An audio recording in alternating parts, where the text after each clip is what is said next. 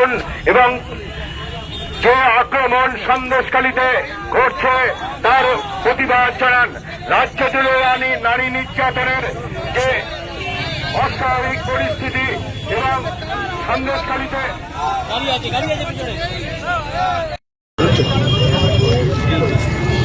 সন্দেশখালীর ঘটনা অত্যন্ত মর্মান্তিক বা দুঃখজনক এবং একজন মহিলা হিসেবেও নিজের লজ্জা লাগে যে সন্দেশখালীর যে ঘটনা ঘটেছে এটা কখনো ভাবা যায় না যে রাজ্যে এই ধরনের ঘটনা ঘটতে পারে।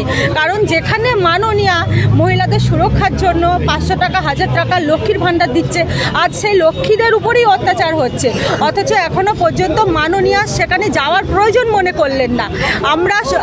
আমি তো ফার্স্ট দিনই আমি আর টুম্পা সেখানে উপস্থিত হয়েছিলাম যে সন্দেশখালীর মা বোনদের সাথে কথা বলার জন্য, কিন্তু আমাদের প্রচুর পরিমাণে হেনস্থা হতে হয়েছিল। তবুও আমরা সেখানে যাওয়ার চেষ্টা করেছিলাম, বিক্ষোভ করেছিলাম।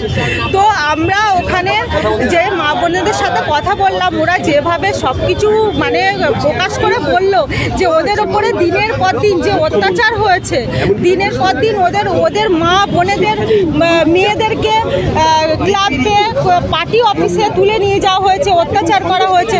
এটা কোনো গণতন্ত্রের রাজ্যের মডেল হতে পারে না। আমরা চাই কামদুনি, সন্দেশখালী এগুলো কোনো রাজ্যের মডেল আমরা আর দেখতে চাই না। আমরা চাই এই সমস্ত অন্যায় থেকে আমরা নিষ্কৃতি চাই। তো তার জন্য আজকে আমরা মিছিল ডেকেছি।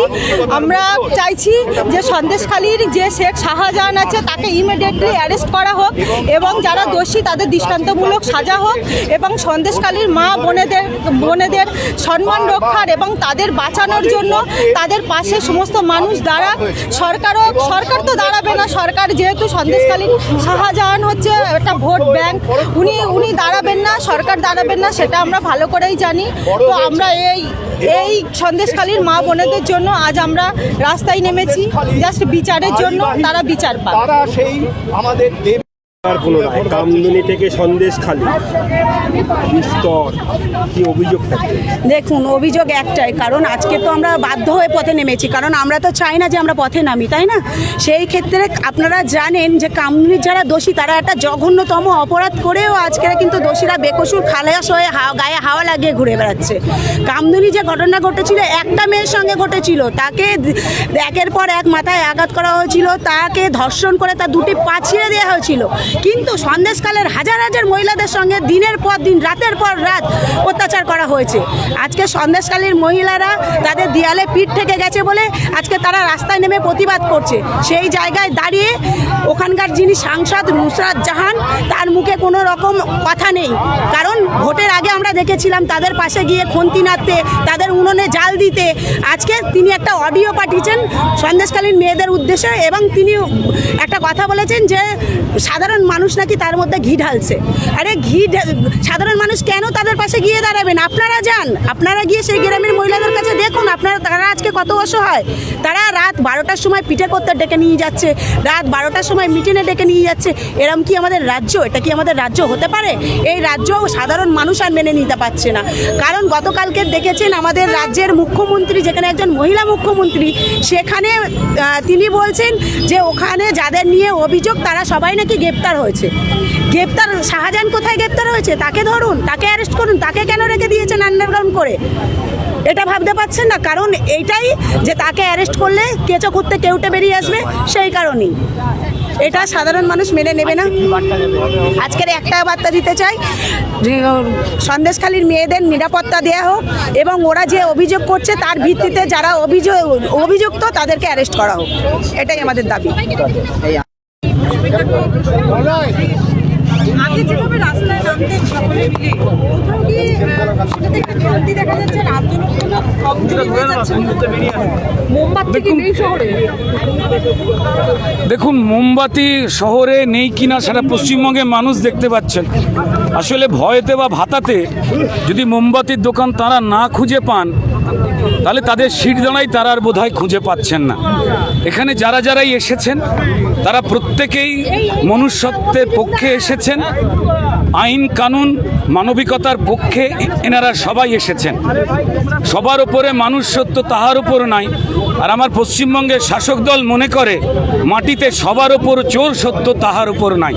আপনারা আজকে এসেছেন, বিরোধীরা বলছে এটা বিজেপির সংগঠিত করা একটা মিছিল, আসলে প্রতিবাদীরা মিছিল নয়। আমি একটু বলবো এটা নিয়ে।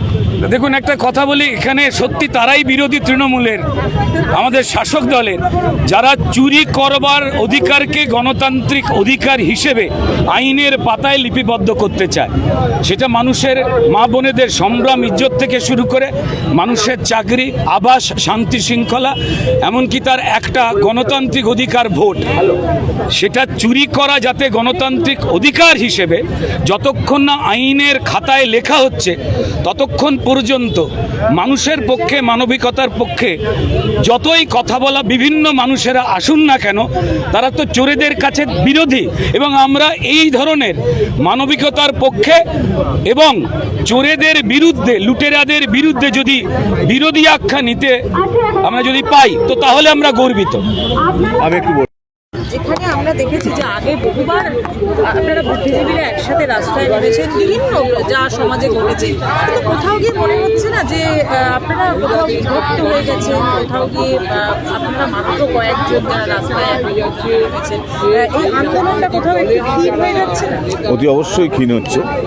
তার কারণ হলো, এটা খুব লজ্জার এবং দুঃখের হলো, এই সত্যিটা বলতেই হবে যে আমাদের সঙ্গে যারা 2005-06 থেকে রাস্তায় নামতেন যে সমস্ত বুদ্ধিজীবীরা, আমি ভাবতে পারিনি, অন্তত আমি ভাবিনি যে 2011-র পরে নতুন সরকার ক্ষমতায় আসার পরে তারা যেভাবে নিজেদেরকে বিক্রি করে দিলেন, সরকারের কাছে নিজেদেরকে সঁপে দিলেন, তার মন ও প্রাণ সমস্ত যে এবং মেরুদণ্ডটাকে বিক্রি করে দিলেন কিছু অর্থের লোভে, কিছু ডেজিগনেশনের লোভে। তার যার জন্যে আজকে এতগুলো ঘটনা পরপর ঘটছে। তারা নিশ্চুপ, তারা মানে সেই ভগবান নিদ্রা গিয়েছেন মতো। আমি জানি না তাদের কবে ঘুম ভাঙবে, তবে এটুকু বলতে পারি, ওনারা আসুক না আসুক কোনো যায় আসে না, আমরা যারা রাস্তায় নামছি, নামবো, এবং গোটা বাংলার মানুষ রাস্তায় নামবে। সন্দেশখালীর মহিলারা সেটা দেখিয়ে দিলেন। সবসময় যে বুদ্ধিজীবী লাগবে তা নয়, এটাও বাংলার মানুষকে বুঝতে হবে। যেভাবে সন্দেশখালীর মা বোনেরা রাস্তায় নেমেছেন, এটা আমাদের একটা নতুন দিশা দেখালো। যেভাবে কামদুনিতে মা বোনেরা রাস্তায় নেমেছিল, এটা একটা দিশা দেখিয়েছিল। সুতরাং দরকার নেই এই সমস্ত বুদ্ধিজীবী, যাদের বুদ্ধি, বিচার, বিবেক বলে না যে এই ধরনের অত্যাচার সমাজে বন্ধ হওয়া উচিত, তারা ঘরে ঘুমিয়েই থাকুক।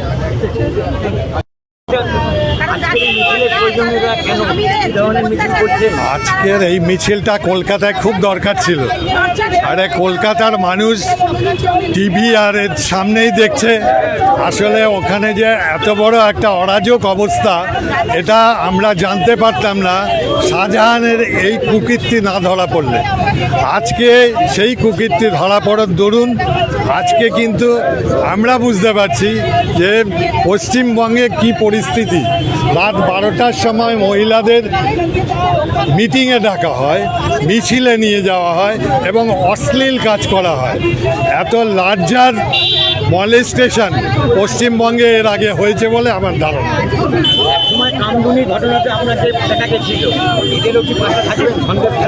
একদম একদম আমরা একসঙ্গে। প্রদীপ মুখার্জি।